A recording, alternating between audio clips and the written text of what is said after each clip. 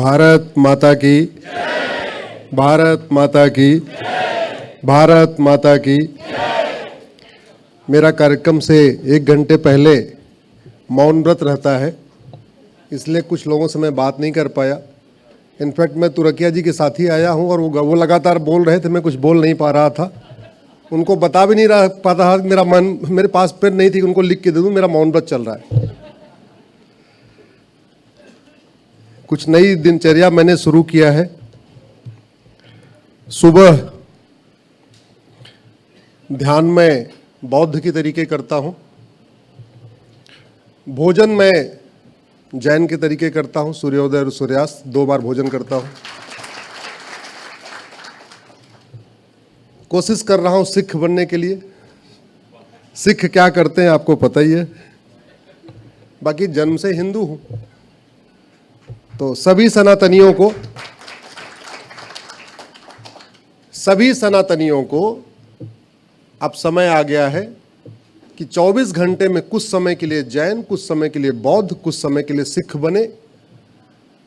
राम राज्य स्थापित करने के लिए भगवान परशुराम की भी पूजा करनी पड़ेगी, छत्रपति शिवाजी महाराज को भी ध्यान में रखना पड़ेगा, गुरु गोविंद सिंह को भी ध्यान में रखना होगा, भगवान कृष्ण को भी ध्यान में रखना होगा, भगवान महावीर को भी ध्यान में रखना होगा, भगवान बुद्ध को भी ध्यान में रखना होगा। मंच पर उपस्थित आदरणीय मोहन जी, कौशिक जी, हमारे बड़े भाई महेंद्र जी, सामने उपस्थित हमें यहाँ बुलाने वाले ब्रजेश जी हमारे बहुत प्यारे भाई हैं। पिछले 4-5 वर्षों में मेरा मुंबई में कोई ऐसा कार्यक्रम नहीं हुआ जिसमें मुझे ब्रजेश जी नहीं दिखाई पड़े। और महाराष्ट्र में मेरी पूरी चिंता करने वाले दिनेश मेहता जी, एक बार दिनेश जी किधर हैं, खड़े हो जाए।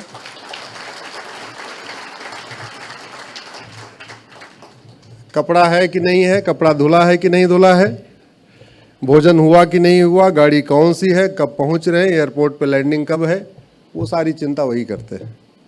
कई बार ऐसा भी होता है मैं महाराष्ट्र बिना कपड़े के ही आ जाता हूं। आज भी ऐसे ही हुआ है, मैं कई दिन से निकला हुआ हूं। आज मेरा जून का 13वां कार्यक्रम है। आज 14 जून है ना, आज ये 13वां शहर है मेरा। कल भोपाल में था, कल सूरत में रहूंगा, उसके पहले कर्नाटक बीदर था, फिर कलबुर्गी था, फिर बेलगाम था, फिर करीमनगर, फिर हैदराबाद। मैं 1 तारीख से निकला हुआ हूं, अभी मैं मंडे को घर पहुंचूंगा। तो स्वाभाविक सी बात है, अटैची छोटी होती इतने कपड़े तो नहीं हो सकते। तो दिनेश जी ने 3 कुर्ता पैजामा खरीद के रखा हुआ है।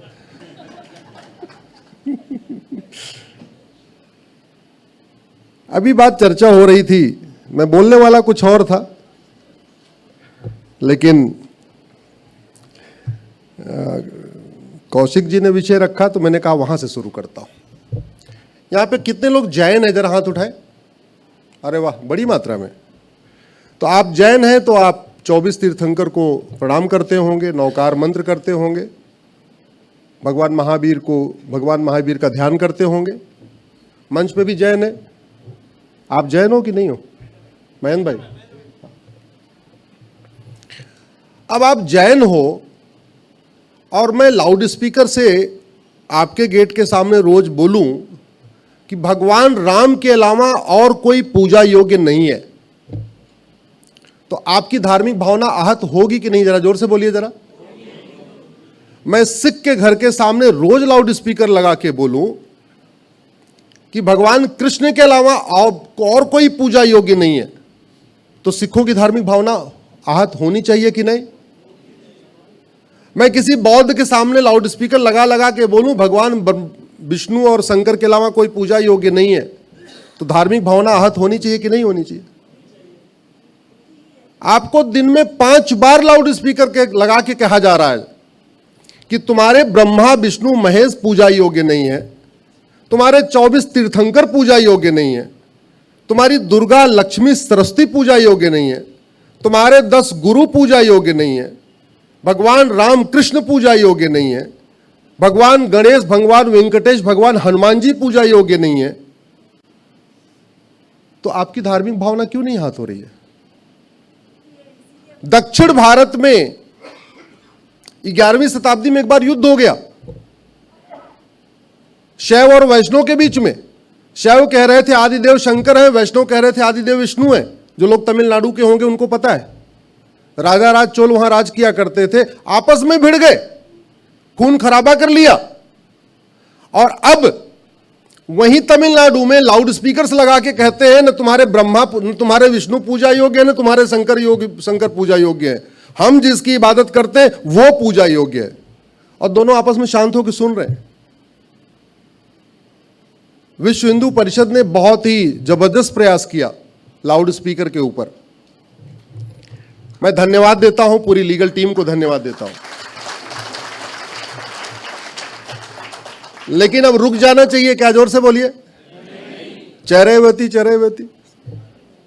अब आपको लाउड स्पीकर से नहीं, उस लाउड स्पीकर के कंटेंट से दिक्कत होनी चाहिए। जब आप लाउड स्पीकर से दिक्कत कहते हैं तो कहते हैं जी आपके यहां भी तो गणेश पूजा होती है, गणेश पंडाल में लाउड स्पीकर बजता है। जब आप केवल लाउड स्पीकर की आवाज से आपको दिक्कत होती है, बोले जी आपके यहां भी तो रात में जगराता होता है, जागरण होता है।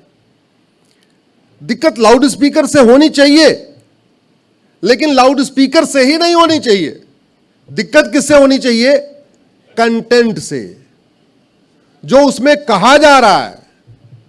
और आपको बताऊं, रेडिकलाइजेशन का रूट काज वही है।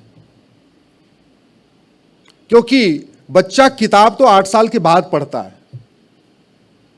बचपन में जो सुनना शुरू करता है उसका बिहेवियर, उसका कैरेक्टर उसके हिसाब से डेवलप होता है। और मैं अभी देख रहा था, वो जो 5 बार बातें कही जा रही हैं वो सेक्शन 196 बीएनएस का सीधे सीधे वायलेशन है। सीधे सीधे उसमें सेक्शन 196 अट्रैक्ट हो रहा है।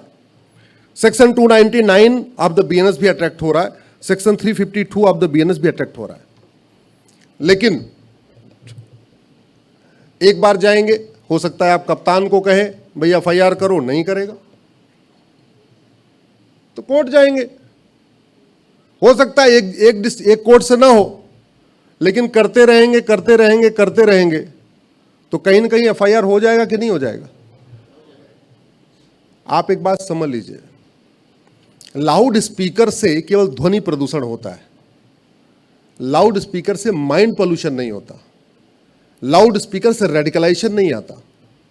रेडिकलाइजेशन आता है जो लाउड स्पीकर में कहा जाता है।